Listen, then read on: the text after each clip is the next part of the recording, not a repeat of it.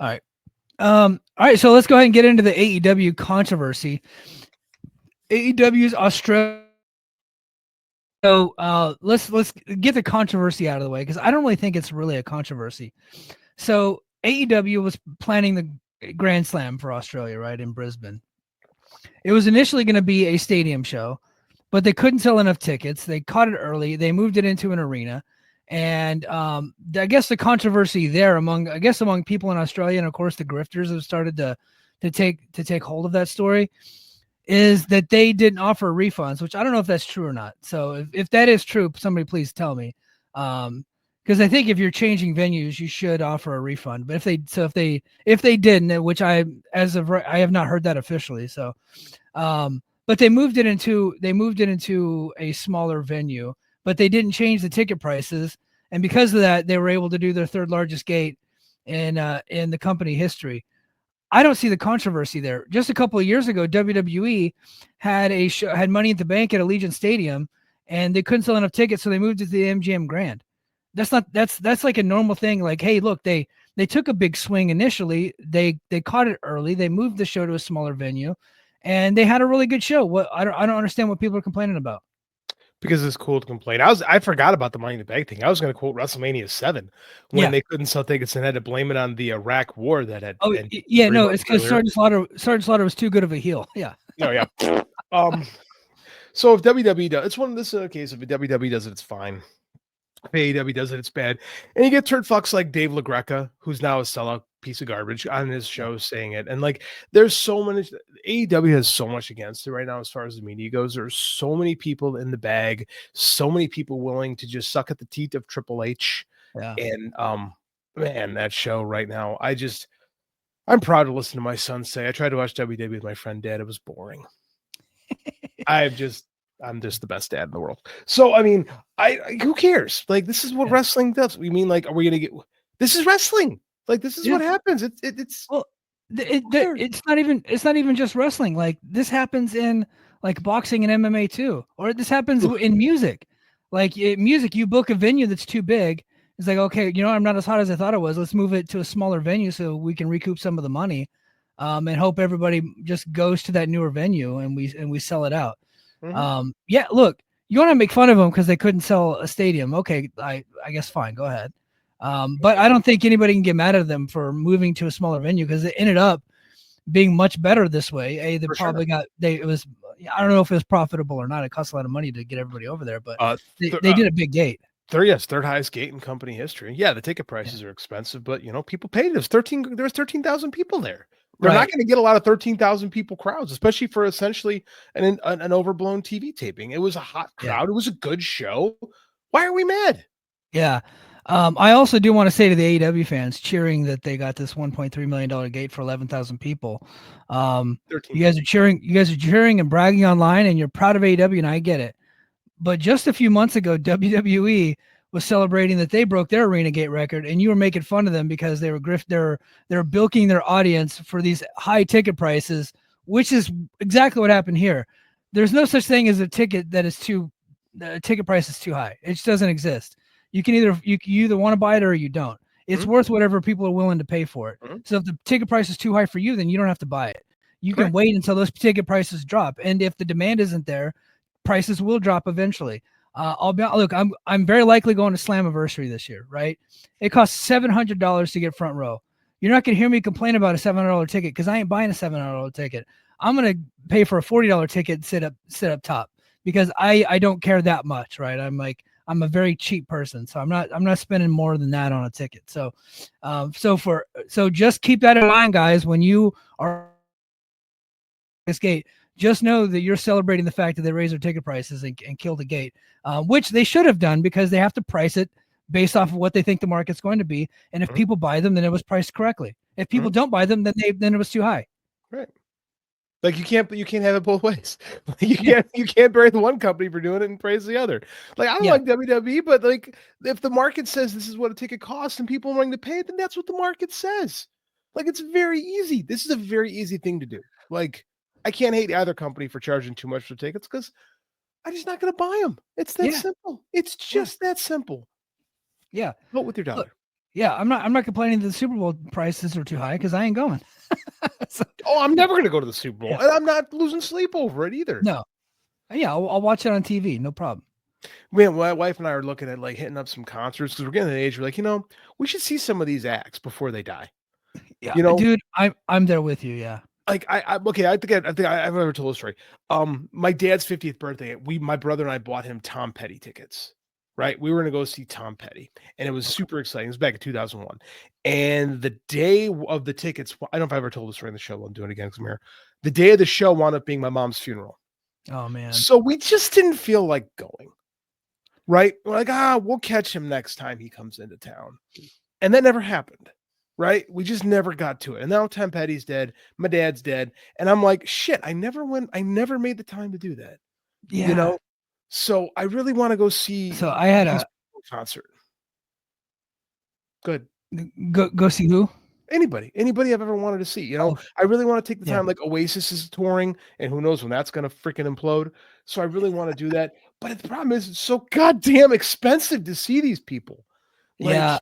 I wanted to go see Paul McCartney in San Francisco at the that'd be so at cool. where the Giants play, and the tickets actually were reasonably priced. I think like the get-in price is like $60, which I could do that and sit up top. That's fine. But I was just like, I don't want to drive into the city. I don't want to pay for parking. I don't. And then like I've been kicking myself ever since because now he's like in his 80s, and who knows if he's ever gonna, even come close to me again. So Mhm. next time like a legendary act comes my way, I'm gonna figure out a way to go because I don't like missing out on those things. Because Tom Petty was one of those guys that I want Yeah, to make sure I saw before he dies, and I didn't make it. I still have never seen AC/DC, and I would love to go do that. And I just have never went and gone and seen them, and I would same. be. And Guns N' Roses, I never saw them. Thankfully, I did get to see Metallica. I went to see U2 in Vegas at Sam Boyd Stadium. I was How was really that? happy I did that. It was fun. But U2's an acquired taste, right? Like I like I you too. just I Yeah. happen to have the taste for U2. I actually really like them. Yes, I think people unfairly bag on YouTube sometimes, and I don't like all of their catalog, but I like enough of it where I think I would have a good time in concert. I saw Metallica over the summer, and like they're older now, but they still put on a great show. And I'm Yeah, glad that I went as an older guy where I could sit in the stands and not have to fight people the entire time and have a good dude, time. dude. So there's a metalcore band called Under Oath that I really like. I'm Um, familiar with them. Yes. okay, so they were here in Hawaii. And I was like, man, I really want to go see them. But when I saw the venue that they were playing, it was this really small, intimate venue Hmm. with no seats. And I legit I'm actually getting rated right now by the VA because I have arthritis in my knee. So I'm probably going to get a decent payout from the VA for all of the for the arthritis I have in both knees. I went and saw Jimmy Eat World there a couple years ago in that same venue, and I came back. I could barely walk because I had to stand for 2 hours. So I was like, I can't do that again. I'm not gonna go see a concert unless I can sit in the stands because I'm just too goddamn old. Oh, for sure. Like, I remember I got to roadie for Pearl Jam for a night back when I was in my 20s. Like, I got to go see Pearl Jam for free and just work for the lighting company and put away their gear. Like, I got to do some really cool stuff when I was younger, but now I wanna experience all those things comfortable. Yeah, Like I'm old now. I want to just sit and enjoy the show and not just have to fight people the whole time. Like I remember some Metallica at 18 and it was a fight. yeah, TGV says, seen ACDC with Bon Scott way back in the late 70s. Now that is awesome. You saw yes, them with Bon Scott? That's yeah. crazy. That is wild. What a legend. Yeah. That, that's crazy. I'd brag about Um, that too. By the way, Mike and I are bitching about being old. If you saw Bon Scott, you're an old timer. Thanks for giving us a listen, man. yeah, if you saw Bon Scott, you're my dad's age, so Yeah, you are showing us some respect, sir. yeah, Thank you're the OG. You're the OG OG. around here. Correct. He goes, "Yes, I'm old." He's like, yeah, yeah, yes, I'm old. Well, thank you for being here because I honestly sometimes think that JD and I are talking to a bunch of kids. So, I know. I do talk to a bunch of kids every day, yeah, so I that's just how I live. So yeah, yeah, let's talk Grand Slam. yeah, yeah. One quick last controversy, and then we'll go through the card. So this just popped up today. This controversy, and then it's another controversy that's fake. It's not a real Oh controversy. god, of course. Yeah. So when they went to Australia, they rented a ring that was local from a local promotion, Okay. which is pretty typical. The ring was like 18 by 18, so it's a little bit smaller than It the did look normal 20 by 20 it ring. did look smaller on TV now Yeah. that you mention it. So that's the controversy. Just like everybody's talking about it online. So there was this rumor going around that they forgot to bring a ring, and I was hoping that that one was true because because that would be fodder for the Be show. way We get funnier. Yes, it would. it'd be funnier. And then there were some people talking like that it was possible that they were shipping their ring over, but they didn't ship it in time and it didn't make it in time, so they had to like last minute get a ring, but nobody can confirm that. So, but they rented a ring locally, which is a typical thing that people do when you go overseas because you're not bringing all of your stuff. You you hire a local company to do that. Like you even hire local wrestling promotions to promote your show for you. Yes. That is like okay, WWE doesn't do that because they're going to all of these places like more often now, so they can have warehouses in all these places and they can just hire people to bring it to them. But They didn't when they first started running Australia in the 80s, yeah, right? yeah. Like, Okay, so are we really mad about this? QT Marshall confirmed they just got it from PWA. Yeah, like people are outraged, not outraged, but they're like trying to use it as a way to make fun of AEW for some reason. I'm just like, what are you even talking about? So the ring was a little bit smaller. It looked like the ring posts were a little bit bent. They're probably warped because it'd been worn so much, but I don't think anybody that wasn't really closely paying attention looking for something to shit on would even notice that. 18 by 18, by the way, was the size of a WCW ring. 18 by 18 is the size of the TNA ring. 18 by 18 is the standard size of a professional wrestling ring, Yeah. except for WWE, New Japan, and AEW. When AEW launched, people, it was like a thing. I remember Sean Ross Sapp confirmed that it was a 20 by 20 ring, and people were like, oh, who fucking cares? Blah, blah, blah. And he's like, that's a thing. And it was a thing. Like Yeah. the standard wrestling ring is 18 by 18. New MLW actually does a 16 by 16 ring for the record. So like Yeah. CMLL is an 18 by 18 ring. Like this is who This fucking cares, man? Yeah, dude, so many people are talking online about it. Hey, QT Marshall is having to defend everything. I'm like, why would you even defend that? It's like, yeah, we rented a local ring. Who cares? It's no big deal. What are we doing? you saved money by renting a ring rather than shipping your ring to Oceania on the other side of the fucking planet. Do people realize how long it takes to ship stuff by boat Yeah. to Australia? Let's keep in mind why are there white people in Australia, Mike? Say that again. Why are there white people in Australia? Explain this. So I don't want to ruin our friendships with some Australian people, but this is what I think, and I don't know if it's true. So far be Oh, it for it's me to true. say something that's probably not true. But from what I heard, the Brits send a bunch of prisoners down there, and then the prisoners ended up taking over the indigenous people, and now we got Australia. The point being that the Brits were so upset with these people, they sent them to the other side of the planet, so they never had to see Yeah. them again.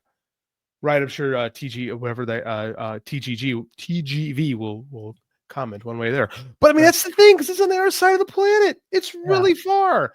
Like, how are we going to shit on a company who said, hey, you know what? We can save massive amounts of money if we just rent all that stuff and use local people and use local gear.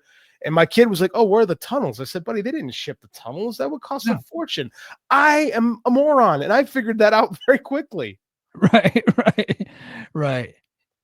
God damn. Yeah, and because you know what, and like it would take a while to get them back and forth. They have another show on Wednesday, but hold on, Lil Silva, you're a big supporter of ours, and I love you. But you said he can't confirm that TNA rents rings. I can confirm that they rent rings. They rent rings every time they go to a different place, unless it's like within driving distance of their warehouse. So But whenever that's they went to smart. it, but it's it is a normal thing to do. Like you will hire a local like promoter, like a local independent promoter, and then you can hire local guys to put up a ring for you. That way you can save costs of shipping. It is a normal thing to do. I know for a fact that when they've done some shows in New York, they have used like what is the name of that Wrestle Pro. They've used Wrestle Yeah. Pro's gear. Whenever they were back in the day when they would run Philly, they'd actually use House of Hardcore's gear. Whenever they go to Canada, it was always Border City Wrestling stuff because it was Scott Demore's company, right? Whenever on the West Coast, they didn't use PWG, but I think it was like like Pro Wrestling Ultra or something like that. Like they when they would run their, so I know for a fact that they do. It is 100% normal. I don't know why it's a controversy, but I felt compelled to talk about it. I'll tell you why. It's because these people have never run a business and never tried to make ends meet, and never tried to cut costs, like never tried to save $1. Like if you've ever ran a business, you know, hey, I don't have to spend X, I can spend Y and put a little bit more in my pocket. Like, that's just good business. Why are we shitting on people for being good at business? Like, I don't understand. I don't get this one. Yeah. This one's ridiculous.